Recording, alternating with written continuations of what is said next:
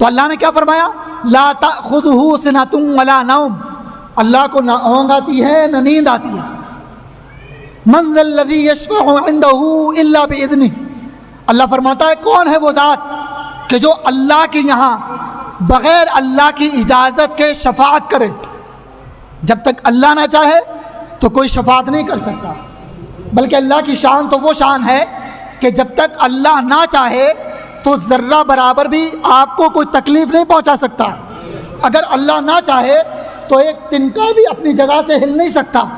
اگر اللہ نہ چاہے تو پھر کبھی بھی کسی انسان کو بیماری نہ ہو۔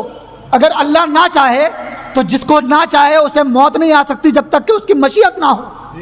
آپ نے دیکھا ہوگا کہ جب ابھی جو کچھ دن پہلے کی بات ہے، جب کورونا کا وقت تھا تو اس وقت ہر انسان خوف کے عالم میں تھا، کیونکہ اس وقت موتیں بہت تیزی سے ہو رہی تھیں، کچھ نہیں پتا کہ کس کو موت آ جائے۔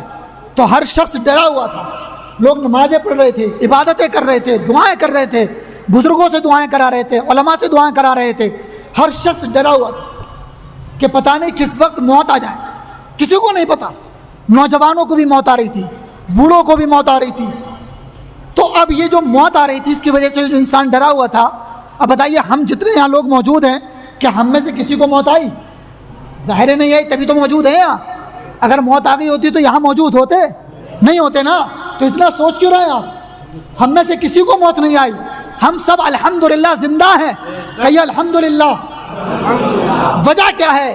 وجہ یہ ہے کہ اللہ نے ہماری زندگی ابھی باقی رکھی ہے، اور جب تک انسان کی زندگی باقی ہے، دنیا اگر ادھر سے ادھر ہو جائے، پوری دنیا اگر اکٹھی ہو جائے اس بات پر کہ ہمیں مارنا چاہے، تو اگر اللہ کی مرضی نہ ہو تو ہمیں کوئی مار نہیں سکتا۔ اور یہاں آپ کو ایک بات اور بتا دوں کہ اگر پوری دنیا اس بات پر متفق ہو جائے کہ کسی کو نقصان پہنچائے، مثلا مجھے نقصان پہنچائے، پوری دنیا اس بات پر جمع ہو گئی کہ وہ مجھے نقصان پہنچانا چاہتے ہیں، مگر اللہ کی مرضی یہ ہے کہ مجھے نقصان نہ پہنچائے، تو پوری دنیا مجھے نقصان نہیں پہنچا سکتی ہے۔ اور اگر پوری دنیا یہ چاہے کہ مجھے ذلیل و رسوا کر دے، اور میرے رب کی یہ مرضی ہے کہ وہ مجھے عزت عطا فرمائے، تو پوری دنیا مجھے ذلیل و رسوا نہیں کر سکتی، بلکہ مجھے اللہ تعالیٰ عزت عطا فرمائے۔ اور اگر پوری دنیا یہ چاہے، میری بات کو بہت غور سے سنو، بہت اہم بات بتا رہا ہوں میں آپ کو، اس کو یاد رکھو ہمیشہ کے لیے۔ اور پوری دنیا اگر اس بات پر متفق ہو جائے، میں صرف شہر کنرکی کی بات نہیں کر رہا ہوں، میں پوری دنیا کی بات کر رہا ہوں، جس کے اندر 200 سے زیادہ ممالک آتے ہیں، جس کے اندر کئی قارہ آتے ہیں، ان تمام دنیا کے لوگوں کی بات کر رہا ہوں۔ اگر یہ سارے لوگ اس بات پر متفق ہو جائیں کہ مجھے عزت دے، اور اللہ کی مرضی ہے کہ مجھے عزت نہ ملے، تو پوری دنیا مل کر کے بھی مجھے عزت نہیں دے سکتی۔ تو معلوم کیا ہوا؟ معلوم یہ ہوا کہ ساری عزت، ساری ذلت، حکومت، جاہ و جلال، موت، زندگی، بیماری، شفا، رزق، دولت، حکومت، سلطنت، سب کچھ دینے والی اگر کوئی ذات ہے تو فقط اللہ کی ذات ہے۔ زور سے بولیے، کس کی ذات ہے؟ اللہ کی ذات ہے۔ تو گھٹائے سے کسی کے نہ گھٹا ہے نہ گھٹے، جب بڑھائے تجھے اللہ تعالیٰ تیرا۔ آپ دیکھیں نا، جب حضور علیہ الصلوۃ والسلام اس دنیا میں تشریف لائے، جب آپ کی پیدائش ہوئی، تشریف آوری ہوئی، تو اس وقت آپ نے 40 سال کی عمر شریف میں آپ نے اعلان نبوت فرمایا۔ لوگ کہتے ہیں کہ حضور 40 سال کی عمر میں نبی تھے، نہیں، حضور کی شان تو وہ شان ہے کہ حضور جب پیدا نہ ہوئے تھے تو اس وقت بھی آپ نبی تھے۔ حدیث پاک میں حضور فرماتے ہیں کنت نبیا وآدم بین الماء والطین، اور کما قال علیہ الصلوۃ والسلام، حضور فرماتے ہیں کہ میں اس وقت بھی نبی تھا جب آدم علیہ الصلوۃ والسلام مٹی اور پانی کے درمیان کے منزلیں طے کر رہے تھے۔ یعنی جب آدم علیہ السلام کا پتلا بھی تیار نہیں کیا گیا تھا، جب آدم علیہ السلام میں روح بھی نہیں پھونکی گئی تھی، اس وقت بھی حضور نبی تھے۔ لیکن اعلان نبوت کا فرمایا 40 سال کی عمر میں۔ اب معلوم ہے آپ کو کیوں؟ اس کی وجہ کیا ہے؟ اس کی وجہ یہ ہے کہ اگر ہم کسی سے کوئی بات منوانا چاہیں، اور ایسی بات ہے کہ جو بڑی بات ہے، تو منوانے کے لیے پہلے ہمیں اپنی شخصیت کو منوانا ضروری ہوتا ہے کہ نہیں ہوتا ہے؟ اگر لوگ ہمیں نہیں مانیں گے تو ہماری بات مانیں گے؟ نہیں مانیں گے۔ اگر آپ کے کنرکی شہر لے لیجئے آپ، اگر کنرکی شہر کے اندر کوئی ایک ایسا عالم ہو کہ جس کی لوگ بڑی عزت کرتے ہوں، لوگ عزت دیتے ہوں، ان کی ہر بات کو مانتے ہوں، اور جو ہے وہ ان کو ہر طرح کی عزتوں سے نوازتے ہوں، تو اگر وہ کوئی بات کہیں گے تو آپ لوگ مانیں گے کہ نہیں مانیں گے؟ زور سے بولیے بھائی، مانیں گے نا؟ لیکن ایک عام شخص جس کو صحیح سے لوگ جانتے بھی نہیں، جس کے بارے میں صحیح سے معلومات بھی نہیں، اور اگر معلوم بھی ہے تو لوگ جانتے ہیں کہ وہ جھوٹا ہے، لوگ جانتے ہیں کہ وہ سچ نہیں بولتا ہے، وہ چوریاں کرتا ہے، وہ ڈکیتیاں کرتا ہے، وہ لوگوں پر ظلم و زیادتی کرتا ہے، اب اگر وہ کوئی بات منوانا چاہے تو آپ مانو گے؟ نہیں مان سکتے۔ معلوم یہ ہوا کہ اگر اپنی بات منوانی ہے تو پہلے اپنی شخصیت کو منوانا ضروری ہے۔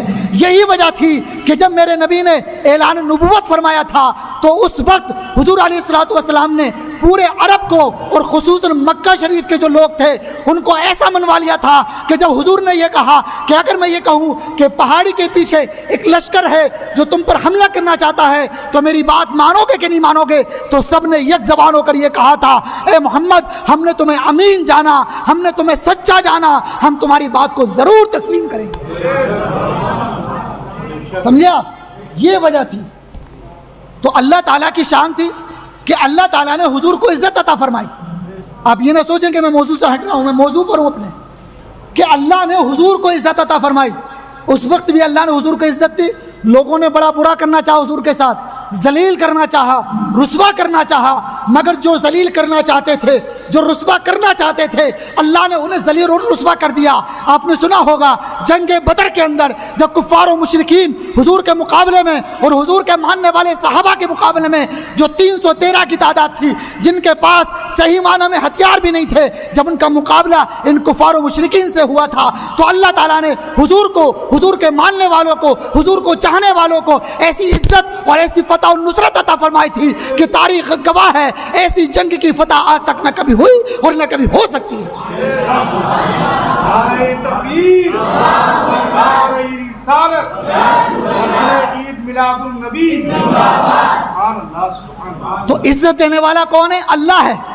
اور آج دیکھ لیجئے جی عزت کی بات، آج پوری دنیا کے اندر ہر جگہ، ہر شہر، ہر گاؤں میں لوگ موجود ہیں کہ جب میلاد النبی کا مہینہ آتا ہے تو بڑی محبت اور خلوص کے ساتھ حضور اکرم صلی اللہ علیہ وسلم کے لیے اپنا خراج عقیدت پیش کرتے ہیں، اور طرح طرح الگ الگ طریقے سے حضور علیہ الصلوۃ والسلام کا میلاد النبی پوری دنیا کے اندر دھوم دھام سے منایا جا رہا ہے۔ صرف ہندوستان نہیں، صرف ہندوستان، پاکستان، افغانستان، چین، جاپان نہیں، بلکہ عرب ممالک کے اندر بھی بڑی دھوم دھام کے ساتھ حضور اکرم صلی اللہ علیہ وسلم کا میلاد منایا جا رہا ہے۔ اور صرف عرب و عجم نہیں، بلکہ افریقہ، امریکہ، برطانیہ، دنیا کے ہر خطے میں، دنیا کے ہر کونے میں، بلکہ یہ کہیے دنیا میں جہاں جہاں مسلمان موجود ہیں وہاں وہاں میلاد مصطفیٰ بھی موجود ہے۔ مگر یہ چند لوگ ہیں جو شیطان کی ٹولی کے ہیں، جو یہ چاہتے ہیں کہ میلاد مصطفیٰ کو ختم کر دیا جائے۔ ارے تم کیا میلاد مصطفیٰ کو ختم کرو گے؟ کہ عزت دینے والا اللہ ہے، میلاد کو بڑھاپا دینے والا اللہ ہے، میلاد تو اللہ، حضور کا اللہ نے منایا، تو جب میلاد حضور کا اللہ نے منایا، عزت اللہ دینے والا ہے، تو بتاؤ دنیا اگر اکٹھی ہو حضور کو ذلت دینے کے لیے تو کیا بتاؤ دنیا اللہ کے رسول صلی اللہ علیہ وسلم کو ذلیل کر سکتی ہے؟ نہیں کر سکتی۔ تو گھٹائے کسی کے نہ گھٹا ہے نہ گھٹے، بڑھائے تجھے جب اللہ تعالیٰ تیرا، اللہ نے عزت عطا فرمائی۔ من ذا الذی یشفع عنده الا باذنہ یعلم ما بین ایدیہم وما خلفہم۔ اللہ کی شان وہ شان ہے کہ اللہ تعالیٰ تمہارے آگے جو ہے وہ بھی جانتا ہے اور تمہارے پیچھے جو ہے وہ بھی جانتا ہے۔ ولا یحیطون بشیء من علمہ، اور اللہ کے علم سے تمہیں وہی ملے گا جو اللہ چاہتا ہے۔ اللہ نے کیا فرمایا؟ اللہ کے علم سے تمہیں وہی ملے گا جو اللہ چاہتا ہے۔ اب آپ دیکھیں، ہم اور آپ غور کریں کہ ہر انسان کے علم کے اندر فرق ہوتا ہے۔ کوئی شخص وہ ہے کہ جو عالم دین ہے، کوئی وہ ہے کہ جو مفتی ہیں، کوئی وہ ہیں جو محدث ہیں، کوئی وہ ہیں جو مفکر ہیں، کوئی وہ ہیں جو مجدد ہیں، کوئی وہ ہیں جو قطب ہیں، کوئی وہ ہیں جو ابدال ہیں، کوئی وہ ہیں جو ولی ہیں، کوئی وہ ہیں جو نبی ہیں۔ اللہ نے ہر ایک کا مرتبہ، ہر ایک کو علم الگ الگ طریقے سے نوازا، ہر ایک کو علم الگ الگ طریقے سے عطا فرمایا۔ ایسا نہیں ہے کہ اگر اللہ نے یہ فرما دیا اے محبوب قل انما انا بشر مثلکم، محبوب تم فرماؤ کہ میں تمہاری طرح ہوں، اس کا مطلب ہرگز یہ نہیں کہ ہر ایک کا علم برابر ہے، ہر ایک کی عزت برابر ہے، بلکہ حضور کا علم اتنا ہے کہ جتنا ساری کائنات کا علم اگر ملا دیا جائے، اکٹھا کر لیا جائے، پوری مخلوق کے علم کو اگر اکٹھا کر لیا جائے اور ایک پلڑے کے اندر رکھ دیا جائے اور دوسرے میں حضور کا رکھ دیا جائے تو حضور کا علم بھاری ہو جائے گا۔ مگر دینے والا کون ہے؟ اللہ۔ زور سے بولیے کون ہے؟ اللہ ہے۔ ولا يحيطون بشيء من علمه وسع كرسيه السماوات والارض، اور اللہ کی شان یہ ہے کہ زمین و آسمان کا احاطہ اس کی کرسی کیے ہوئے ہے۔ ولا يؤوده حفظهما، اور اللہ کی شان یہ ہے کہ دونوں کی حفاظت کرنا، زمین و آسمان کی حفاظت کرنا، یہ اللہ کے لیے کوئی بڑی بات نہیں ہے۔ اب ذرا غور کریں، اگر ہم میں سے کسی کو یہ ذمہ داری دے دی جائے کہ ہمیں شہر کندرکی کی حفاظت کرنا ہے، کہ شہر کندرکی کے جو رہنے والے ہیں انہیں کوئی نقصان نہ پہنچے، اگر کسی کو ایک شہر کی ذمہ داری دے دی جائے، جیسے کوئی ڈی ایم ہے یا ایس ڈی ایم ہے، جب اس کو ذمہ داری دے دی جاتی ہے تو اس کی نیندیں غائب ہو جاتی ہیں، راتوں کو نیند نہیں آتی ہے، چین نہیں، سکون نہیں ہوتا ہے، خصوصاً جب کوئی تہوار ہوتا ہے تو اس کی نیند غائب ہو جاتی ہے، وہ پریشان ہو جاتا ہے اور اس کے لیے الرٹ ہو جاتا ہے، اس کے لیے پرشاسن کا انتظام کرتا ہے، کتنا پریشان ہو جاتا ہے۔ صرف ایک شہر، ایک ملک کی حفاظت کرنے کے لیے لوگوں کی نیندیں غائب، چین و سکون غائب، مگر سبحان اللہ، اللہ کی شان تو دیکھو، اللہ کی شان وہ شان ہے کہ اللہ زمین کی بھی حفاظت کرتا ہے، زمین کے رہنے والوں کی حفاظت کرتا ہے، آسمان کی حفاظت کرتا ہے، آسمان کے رہنے والوں کی حفاظت کرتا ہے، اور زمین و آسمان کے درمیان بسنے والے لوگ اللہ ان کی بھی حفاظت کرتا ہے۔ اور اللہ کی شان یہ ہے کہ ان تمام کی حفاظت کرنا اللہ کے لیے کوئی مشکل کام نہیں ہے۔ یہاں پر آپ کو ایک بات بتاؤں میں، آپ لوگ یہ سوچیں گے کہ اللہ تعالیٰ ہماری حفاظت کیسے کرتا ہے۔ میں تفصیل میں جانا نہیں چاہتا، ورنہ یہاں ایک بہت خوبصورت سا واقعہ تھا جو میں ذکر کرتا آپ سے، پھر کسی موقع پہ انشاءاللہ اللہ نے چاہا تو میں ذکر کروں گا۔ مختصر یہ میں آپ کو بتا دوں کہ اللہ تعالیٰ ہماری حفاظت کیسے کرتا ہے۔ اللہ تعالیٰ نے، آپ نے دیکھا ہوگا کہ کبھی کبھی ہم روڈ پر چل رہے ہوتے ہیں، کبھی بائک سے ہیں، کبھی کار سے ہیں، کبھی پیدل ہیں، تو ہمیں ایسا لگتا ہے کہ بالکل سامنے سے ہماری گاڑی آ رہی ہے۔ توجہ فرمائے میری بات کی طرف۔ ہمیں ایسا لگتا ہے کہ سامنے سے گاڑی آ رہی ہے، یا ایسا لگتا ہے کہ سامنے سے کوئی شخص ہے جو ہمارے سامنے کھڑا ہوا ہے، یا کوئی جانور ہے، یا کوئی اور چیز ہے کہ اگر ہماری گاڑی اس سے ٹکرائے گی تو پھر ہمارا حادثہ ہو سکتا ہے، ایکسیڈنٹ ہو سکتا ہے۔ مگر جیسے ہی ہم اس کے قریب پہنچتے ہیں تو ہم کیا دیکھتے ہیں کہ ہماری حفاظت کر لی گئی، ہمیں بچا لیا گیا، ہماری گاڑی محفوظ ہے، ہم بھی محفوظ ہیں، ہمیں ذرہ برابر ایک ذرا سے بھی کوئی کھروچ نہیں آتی، کوئی نقصان نہیں پہنچتا۔ آپ بتاؤ کہ کبھی آپ کو محسوس ہوا ہے کہ نہیں ہوا ہے ایسا؟ بتائیے، ہوا ہے نہیں ہوا ہے ایسا محسوس؟ کبھی کبھی ایسا ہوتا ہے کہ ہم یہاں بیٹھے ہوئے ہیں مثلاً، اور اتفاق ایسا ہوا کہ ہم ابھی کسی وجہ سے اٹھ کے آگے چلے گئے اور وہ چیز ہمارے اوپر سے گر گئی، تو آپ بتائیے کہ اگر ہم اسی جگہ بیٹھے رہتے تو کیا ہم زندہ رہتے؟ نہیں بچتے، زندہ نہیں رہتے۔ معلوم یہ ہوا کہ یہ جو ہم بچ رہے ہیں، ایسا نہیں ہے کہ ہم ایسے بچ رہے ہیں بغیر کسی بچانے والے کے، بلکہ یہ اللہ کی ذات ہے، اللہ کی شان ہے کہ وہ اپنے بندوں کی حفاظت کرتا ہے، اپنے بندوں کو محفوظ کر لیتا ہے۔ اور جب اللہ تعالیٰ چاہتا ہے تو اپنے بندوں کو ایسے ایسے حادثات کہ جب ایسا لگتا ہے کہ موت آنے والی ہے، اللہ تعالیٰ موت کو بھی دور فرما دیتا ہے۔ میرے ساتھ کئی مرتبہ ایسا ہوا ہے۔ ایک بار میں بس میں سفر کر رہا تھا، بس کے اندر بیٹھا ہوا تھا اور سامنے سے ایک اور بس آ رہی تھی۔ میری بات کو توجہ سے سنیں، سامنے سے بس آ رہی تھی اور میں بس کے اندر بیٹھا ہوا تھا، تو یقین مانے مجھے اتنا یقین ہو گیا کہ آج کچھ بھی ہو سکتا ہے کہ میں نے زبان سے کلمہ پڑھنا شروع کر دیا، اور ایسا نہیں کہ میں نے ارادتاً پڑھا ہو، بلکہ بغیر کسی ارادے کے اللہ کے کرم اس کی عطا سے میری زبان سے کلمہ جاری ہو گیا۔